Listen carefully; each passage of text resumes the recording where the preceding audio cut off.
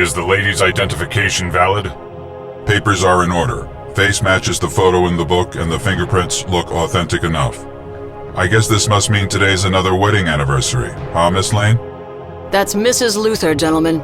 Lois Lane's just for the byline, remember? Ma'am? Happy anniversary, Lex. Here's to another 23 glorious years, darling. Lois, what a wonderful surprise. Apologies in advance for not buying you anything, but I've been reading 13 fascinating books this morning. Leave the usual present on the desk, and you have my word that one of my assistants can open it later, sweetheart. Who was that red-headed guy I just passed in the hall? He looked kind of familiar. Well, he shouldn't have. That was Mr. James Olson, the Pentagon's anti-Superman advisor and probably the next director of the CIA. Olson commissioned LexCorp to develop what we think could be the most effective anti-Superman deterrent yet. Is that what you're working on now? I'm sorry, darling, but I'm afraid that's classified information. Speaking of which, JFK and Norma Jean are joining us for dinner tonight. Apparently, Jack's got some UFO business he said I'd be interested in.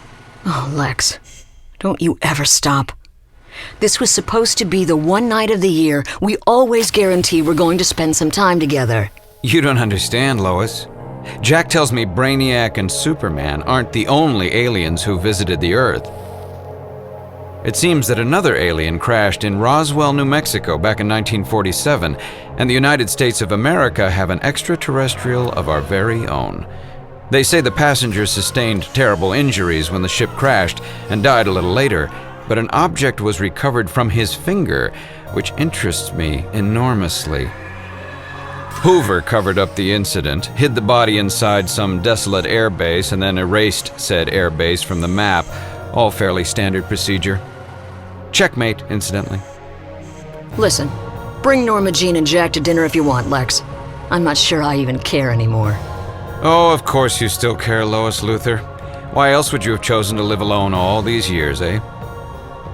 I guess you're right, Lex. Maybe I am just a one-man woman.